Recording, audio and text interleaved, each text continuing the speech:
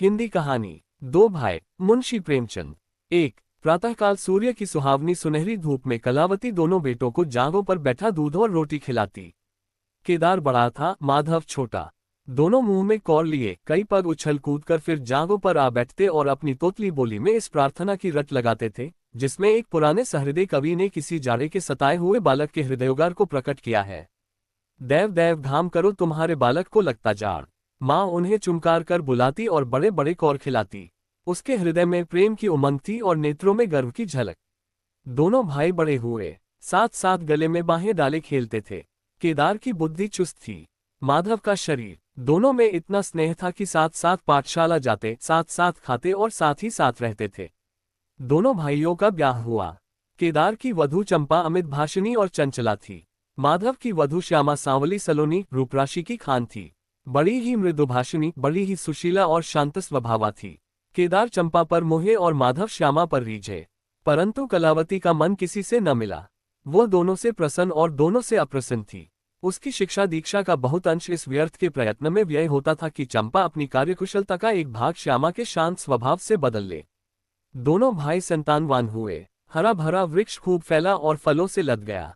कुत्सित वृक्ष में केवल एक फल दृष्टिगोचर हुआ, वह भी कुछ पीला सा मुरझाया हुआ, किंतु दोनों अप्रसन्न थे।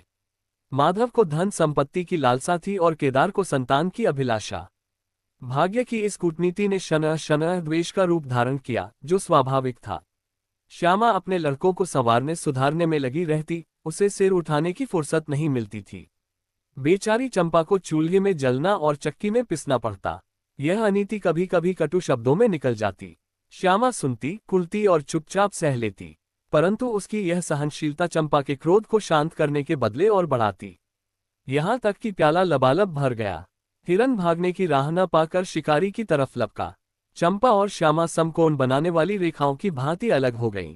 उस दिन एक ही घर में दो चूल्हे जले, परंतु भाइयों ने दाने की सूरत न देखी और कलावती सारे दिन रोती रही।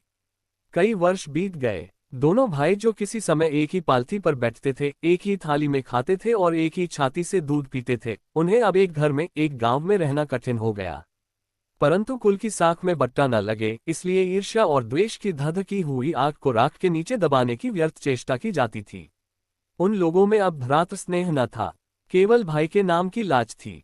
माँ भी जीवित थी, पर दोनों बेटों का वैमनस्य देखकर आंसू बहाया करती।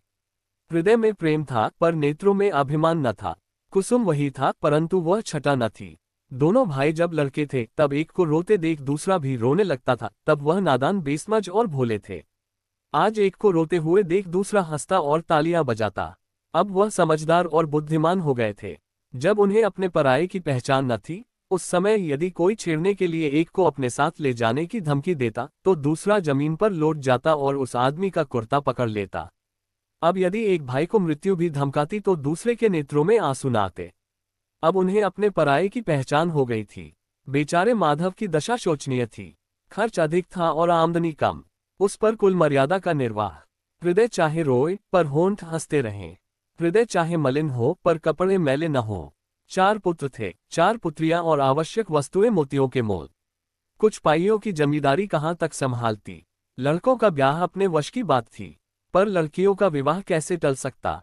2 पाई जमीन पहली कन्या के विवाह में भेंट हो गई, उस पर भी बराती बिना भात खाए आंगन से उठ गए। शेष दूसरी कन्या के विवाह में निकल गई। साल भर बाद तीसरी लड़की का विवाह हुआ, पेड़ पत्ते भी न बचे। हाँ, अब की दाल भरपूर थी, परंतु दरिद्रता और धरोहर में वही संबंध है जो मांस और कुत्ते में। 2 इस कन्या का अभी गौना न हुआ था कि माधव पर 2 साल के बकाया लगान का वारंट आ पहुंचा। कन्या के गहने गिरोह बंधक रखे गए, गला छूटा। चंपा इसी समय की ताक में थी, तुरंत नए नातेदारों को सूचना दी, तुम लोग बेसुध बैठे हो, यहाँ गहनों का सफाया हुआ जाता है। दूसरे दिन एक नाई और 2 ब्राह्मण माधव के दरवाजे पर आकर बैठ गए।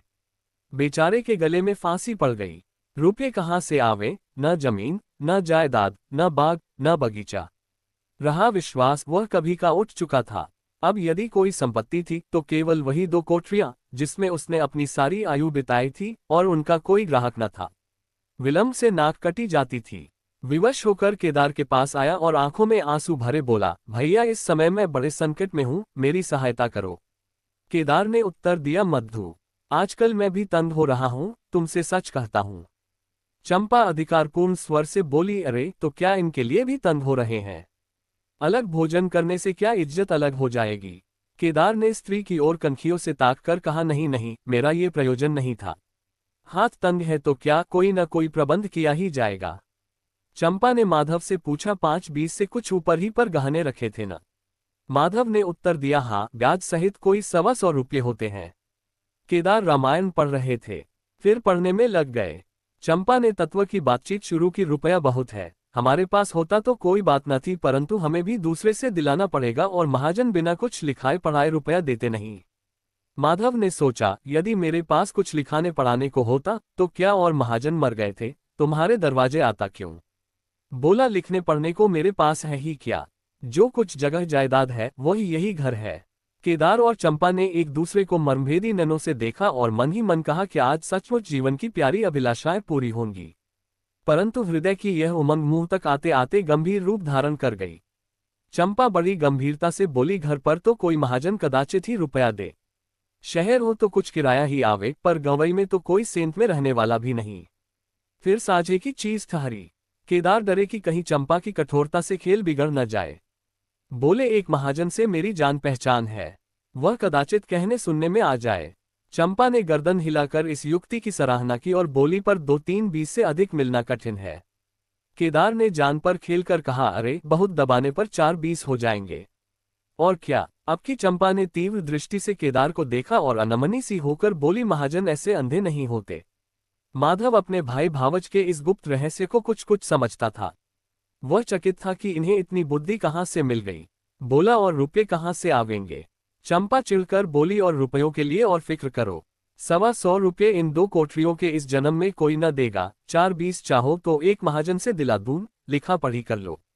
माधव इन रहस्यमय बातों से सशंक हो गया। उसे भय हुआ कि यह लोग मेरे साथ कोई गहरी चाल चल रहे हैं। दृढ़ता के साथ अड़कर बोला, और कौन सी फिक्र करूं? गहने होते तो कहता, लाओ रख दूं। यहाँ तो कच्चा सूद भी नहीं है।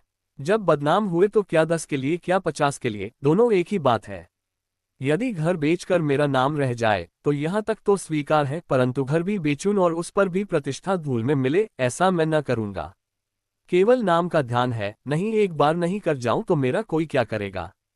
और सच पूछो तो मुझे अपने नाम की कोई चिंता नहीं है। मुझे कौन जानता है, संसार तो भैया को हंसेगा। केदार का मुंह सूख गया। चंपा भी चकरा गई। वह बड़ी चतुर वाक्निपुण रमणी थी। उसे माधव जैसे गंवार से ऐसी दृढ़ता की आशा न थी। उसकी ओर आदर से देखकर बोली, लालू, कभी कभी तुम भी लड़कों की सी बातें करते हो। भला इस झोंपड़ी पर कौन 100 रुपये निकाल कर देगा? तुम 125 के बदले 100 ही दिलाओ, मैं आज ही अपना हिस्सा बेचती हूँ। उतना ही मेरा भी तो है। घर पर तो तुमको वही 4-20 मिलेंगे। हाँ, और रुपयों का प्रबंध हम आप कर देंगे। इज्जत हमारी तुम्हारी एक ही है, वह न जाने पाएगी। वह रुपया अलग खाते में चढ़ा लिया जाएगा। माधव की इच्छाएं पूरी हुई।